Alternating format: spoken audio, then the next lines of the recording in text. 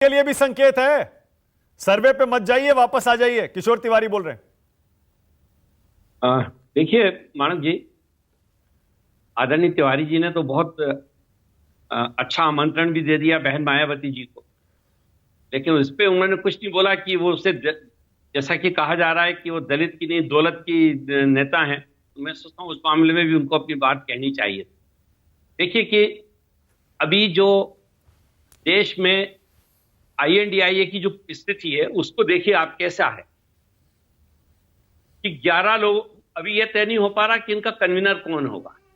अभी बात चलिए 11 की, आपको हो सकता है कल शाम तक पता लगे कि पूरे की पूरे जितने 40 या 45 या 30 32 जितने भी लोग हैं वो सारे के सारे लोग कन्वीनर उसमें बनना चाहते हैं, स्टीयरिंग कमेटी में आना चाहते हैं, वर्किंग कमेटी में आना चाहते हैं, जो कमेटी वो बनाना चाहते हैं कोऑर्डिनेशन कमेटी, क्योंकि उसमें कोई भी आदमी ऐसा नहीं है जो इस देश के प्रधानमंत्री के पद पे जिसकी निगाहें ना हो। अब जहां सारे लोग प्रधानमंत्री बनना चाहते हो, मैं तो एनडीए की तरफ से कामना करता हूं कि इनके सारे लोग प्रधानमंत्री बनने की बात करें और सारे की सारे लोग कोऑर्डिनेशन कमेटी में आने की बात करें और सारे की सारे लोग इसके कन्वीनर बनने की बात करें।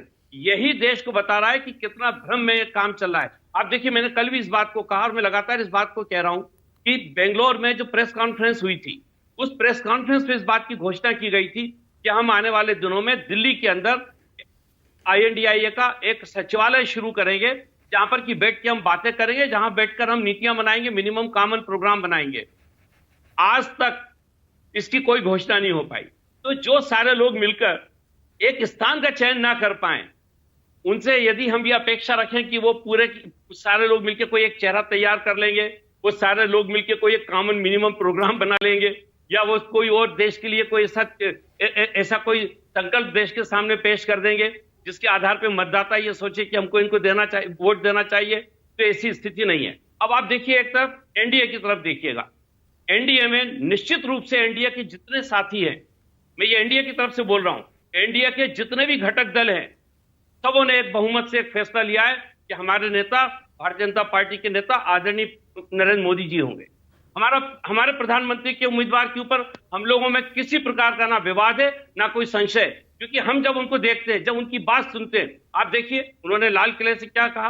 उनका कहना था कि मैं देश में 2 करोड़ लखपति दीदी बनाना चाहता हूं।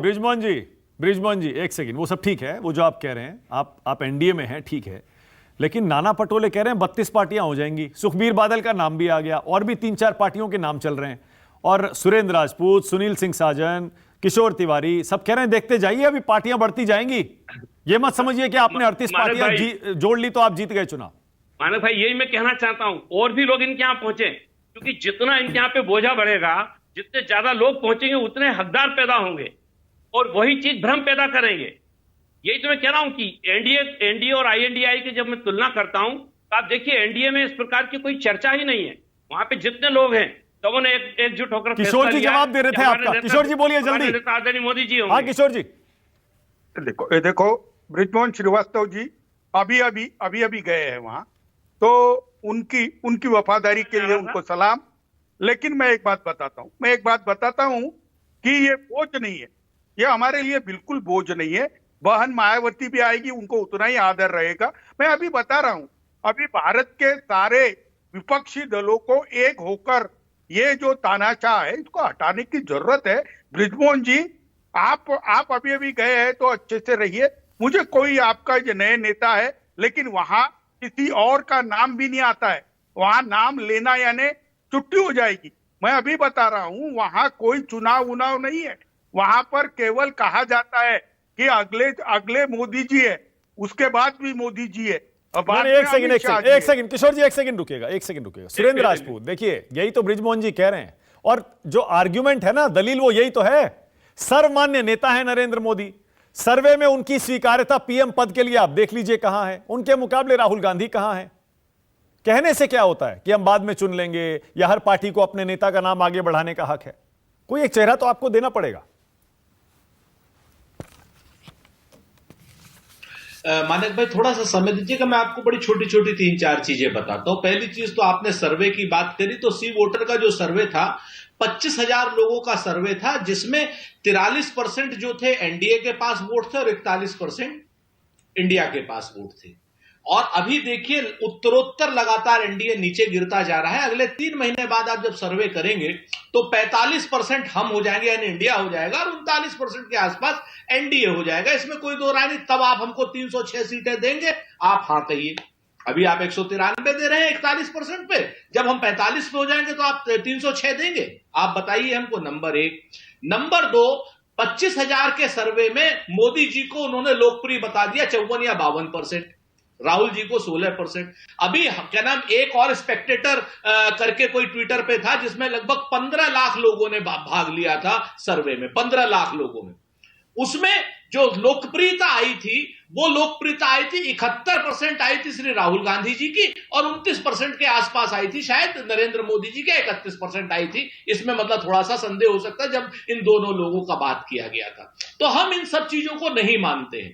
आने वाले समय में आप देखिए अगर नरेंद्र मोदी जी और भारतीय जनता पार्टी अपराजिता सारंगी जी का एनडीए अगर परेशान नहीं होता तो ये लोग 200 रुपए से, अभी तो 2 बैठक हुई, 200 रुपए सिलेंडर कम कर दिया।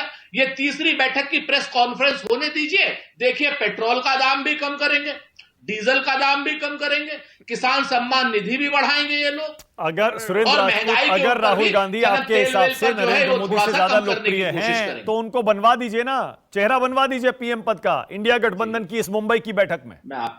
मैं फिर अभी सुनिए वो भी मैं आपको बताता हूं। आपने बड़ी बड़ी बातें कर ली। आप लोग जो हैं सारी की सारी हमारे अंदर जितने हमारे अंदर मतभेद हैं, इंडिया गठबंधन में मतभेद भी है, लेकिन इंडिया गठबंधन अहंकारी गठबंधन नहीं है। एनडीए का गठबंधन और मोदी जी अहंकारी है। हम अहंकार के खिलाफ अपने अहंकार को छोड़ करके लड़ रहे हैं, इसीलिए हमारा कोई चेहरा नहीं है। हम बहुत स्पष्ट रूप से सब दलों का मान करते हैं, सम्मान करते हैं। सब दलों में प्रधानमंत्री पद के योग्य उम्मीदवार हैं। हम तो कहते हैं हमारे श्री राहुल गांधी जी ही नहीं, खड़गे जी भी हैं।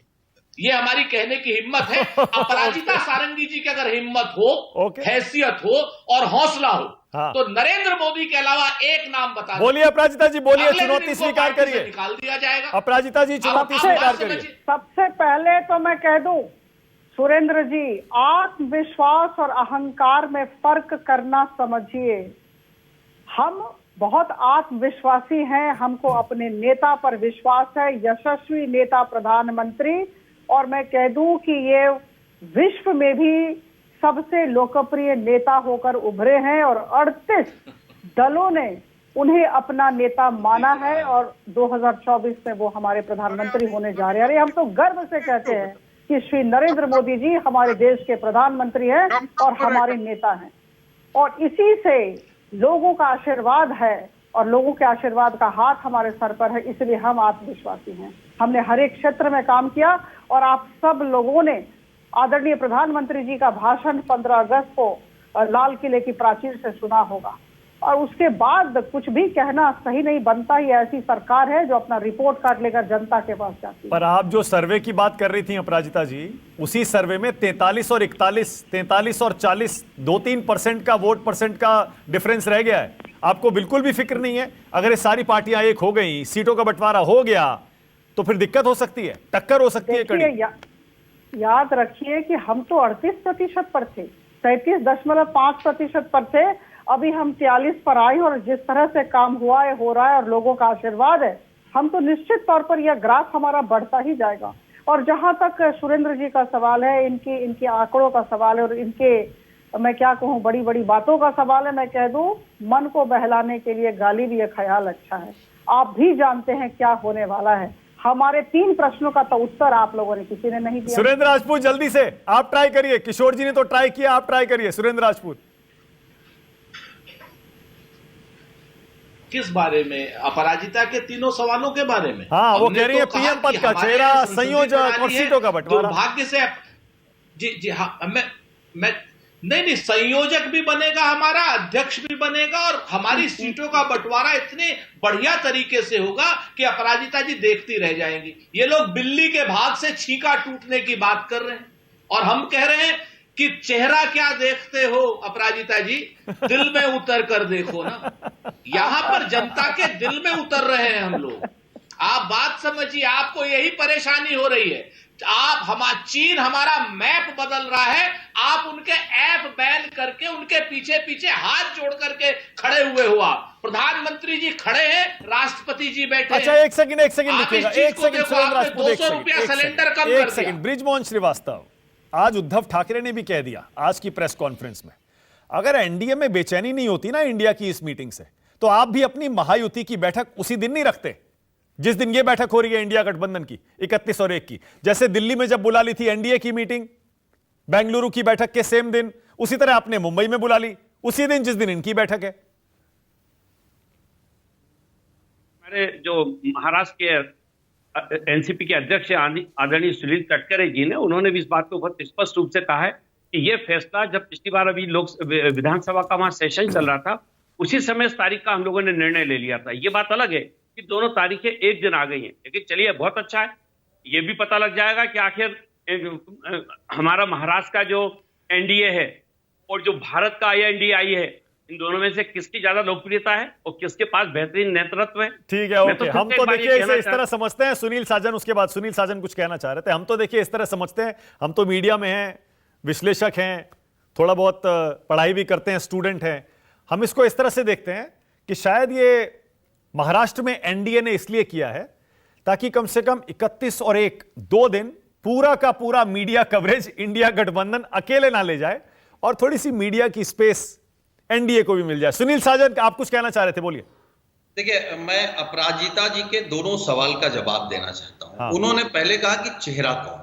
2024 में सवाल इस बात का नहीं कि देश का प्रधानमंत्री कौन बनेगा, 2024 में ये प्रधानमंत्री कैसे बदलेंगे, इस पर पूरा देश काम कर रहा है। जहां तक सीटों का सवाल है, सीटों में कोई झगड़ा नहीं। इंडिया परिवार ये तय कर रहा है कि हर सीट कैसे इंडिया परिवार का प्रत्याशी जीते।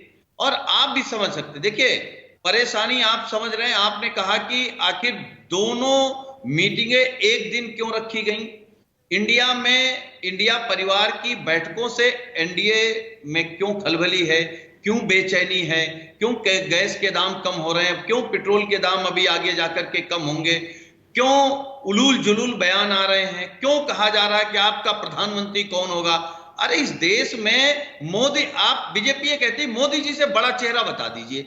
मोदी जी से इस देश में 10 ऐसे मुद्दे हैं जो मोदी जी से कई गुना बड़े मुद्दे हैं।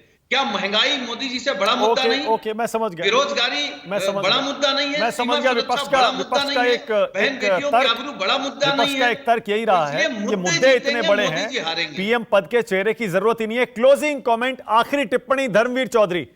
किशोर तिवारी ने अभी अभी आपको ऑफर दिया है, भाई आपकी कांग्रेस से दुश्मनी होगी, किशोर तिवारी की शिवसेना उद्धव ठाकरे गुट की बात मान लीजिए, चले जाइए इंडिया गठबंधन में और खड़े हो जाइए तानाशाही के खिलाफ। धर्मवीर चौधरी।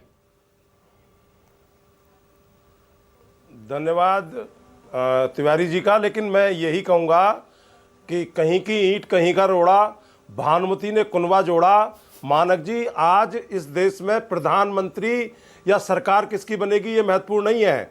इन दलितों का, शोषितों का, वंचितों का, किसान कमेरों का अधिकार कौन सुरक्षित रखेगा, संविधान कौन सुरक्षित रखेगा, इसकी जरूरत है। और इस देश में मजबूत सरकार की जरूरत नहीं है, इस देश में मजबूर सरकार की जरूरत है जो दलितों को कई वर्षों की, हजारों वर्षों की जो शोषितवादी, जो सामंतवादी, जो ऐसी जो व्यवस्थाएं हैं जिसमें अधिकार नहीं मिले हैं, अवसर नहीं मिले हैं, मोदी जी नहीं चाहिए देश को, आप यही कह रहे हैं ना? बहुजन समाज पार्टी मोदी जी जैसा मजबूत प्रधानमंत्री नहीं चाहिए ना? बिल्कुल नहीं चाहिए, बिल्कुल नहीं चाहिए, बिल्कुल नहीं चाहिए। इस देश में आज दोबारा रिपीट कर रहा हूं मैं मानक जी आपके चैनल के माध्यम से, इस देश में अब एक दलित प्रधानमंत्री की जरूरत है जिसकी भरपाई। यूपी में कितनी सीटें आएंगी जल्दी से, आखिरी में 10 सेकंड दे रहा हूं धर्मवीर चौधरी। यूपी में अकेले लड़कर कितनी सीटें जीत लेंगे जो पीएम पद का सपना देख रहे हैं मायावती के लिए?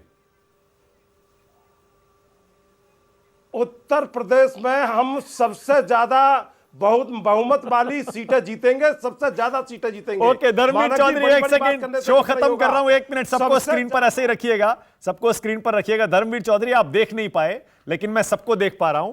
सुनील साजन ने, जब मैंने पूछा ना कितनी सीटें, सुनील साजन ने ऐसे गोल गोल अंडा बनाया आपके लिए, और सुरेंद्र राजपूत अभी भी ऐसे अंडा बना के बैठे हुए हैं आपके लिए, ऐसे अंडा। नहीं, सुनील साजन के ऊपर जो 5 सीटों की तिरपाल आई थी ना, ये बहुजन समाज पार्टी की बदौलत आई थी, ये दलित समाज के वोटों की बदौलत आई थी। इनकी हैसियत है सीट सुरेंद्र राजपूत 10 सेकंड, इनकी 2 सीट सेकंड, 10 सेकंड। एक सीट जीतने की इनकी हैसियत नहीं है। कांग्रेस एक सीट मायावती और बीएसपी पर हमारी एक ही लाइन है, ये बड़ी बड़ी बातें एक करके लाइन कहने की ये कैसे देश कैसे का सपने पाले बैठे हैं। अरे अब इनको मानक भाई इनको चुप कर लीजिए। हाँ जल्दी। कहते कैसे कैसे सपने पाले बैठे हैं, सब पानी में कांटा डाले बैठे हैं। अरे भाई दलित नेतृत्व किशोर भी तिवारी हमारे 10 पास सेकंड, है, राष्ट्रीय किशोर स्तर तिवारी पर 10 सेकंड, टाइम खड़े खत्म हो रहा है। एक मिनट सुरेंद्र, मैं एक बात बोलता हूं। धर्मवीर चौधरी जी दलित नेता को प्राइम मिनिस्टर बनाने के लिए कांग्रेस ने ही दलित नेता को प्रोजेक्ट किया है। आप कांग्रेस के साथ आ जाइए और इंडिया अलायंस का बनिए। खारगे साहब एक अच्छे दलित नेता है। बहुत और बढ़िया, बहन इसी माता नोट पे खत्म कर रहा हूं। बहुत धन्यवाद आप सबका राष्ट्र की बात में आने के लिए। छोटा सा ब्रेक ले रहा हूं, खबरें जारी। राष्ट्र की बात